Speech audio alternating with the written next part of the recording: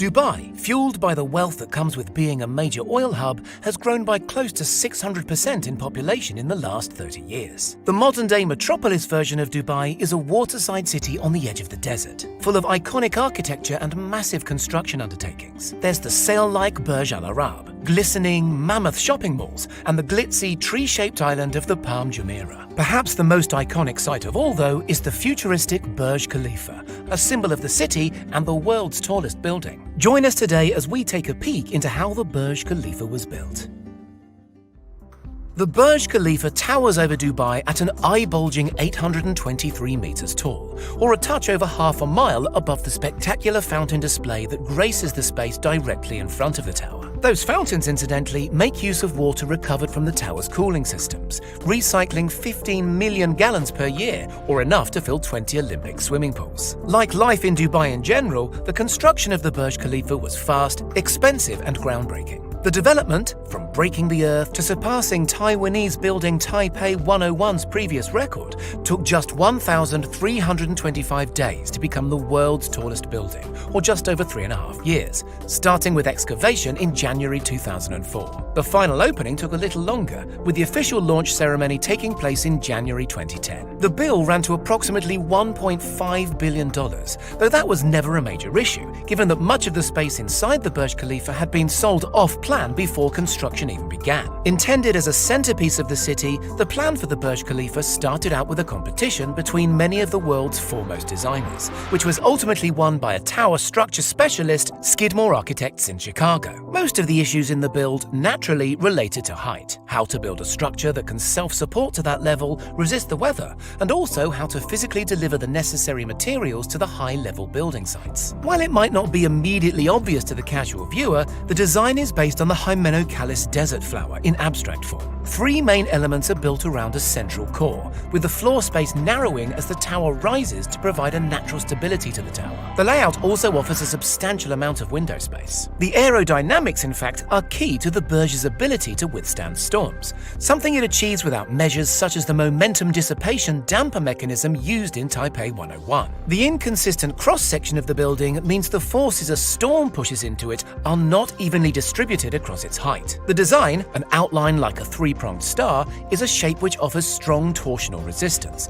effectively preventing both twisting and bending of the structure when it needs to resist strong forces, as well as preventing the dangerous wave-like motion that can form in a more conventionally shaped structure. The gradual narrowing of the floors was carefully tested by computer, as well as through wind tunnels, so the elegant final shape stands out as a landmark, but also has a real functional design aimed at ensuring stability at such a height off the ground. The construction process was colossal. An estimated 22 million man-hours were put into the building, involving people of 100 nationalities and over 12,000 different staff in total. The completed Burj contains 39,000 tons of steel rebar and 330,000 tons of concrete. Laid end-to-end, the steel rebar in the structure alone would stretch a quarter of the way around the globe. 192 concrete bars dip into the earth to provide a foundation that dips to more than 50 meters below the ground. At the heart of the foundation is a 3.7-meter thick concrete mat, the structural base on which the whole structure is built. In total, over 45,000 square meters of concrete sit in the foundations of the Burj alone.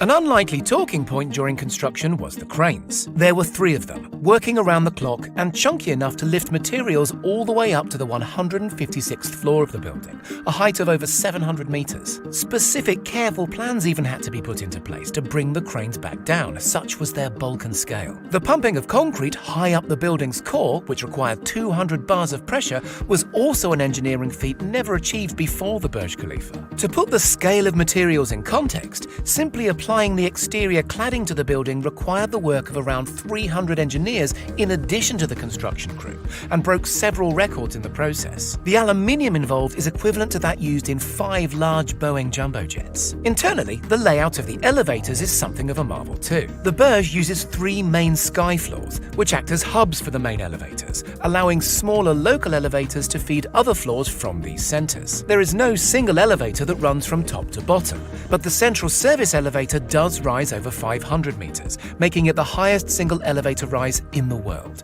again topping the former world's tallest building, Taipei 101. There are a massive 57 elevators in total within the Burj Khalifa. At the very peak of the Burj Khalifa is an iconic spire, a telescopic structure composed of over 4,000 tons of structural steel. This 200-metre structure was originally built within the confines of the tower and later lifted to its final position using hydraulics. The ongoing operation of the building is complex too.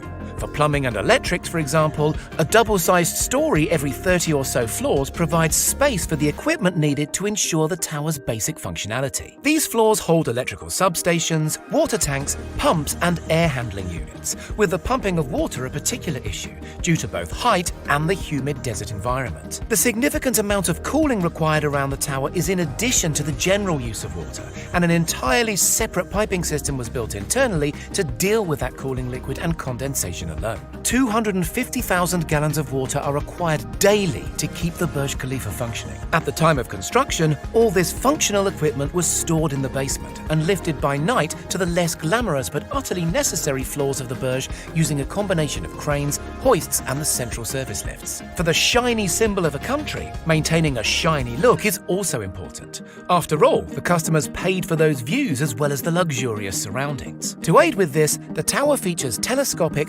permanently positioned maintenance and window washing equipment for what we can only imagine is one of the most hair-raising jobs in the world.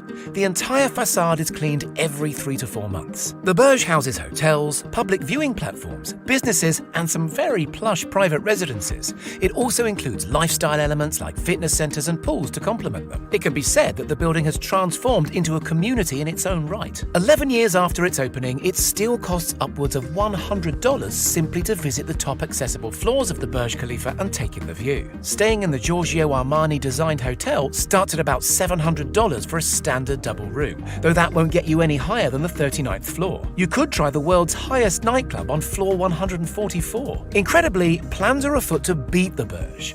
India is already talking tentatively about an even taller 110-story structure in bustling Mumbai, while South Korea is also eyeing a possible rival. Oh, and that urban myth about a facility to add extra floors should the height of the Burj ever be surpassed? It's just that, a myth. But the Burj is iconic, a symbol of Dubai's prosperity and technological advancement. Do you think it was worth it? Tell us in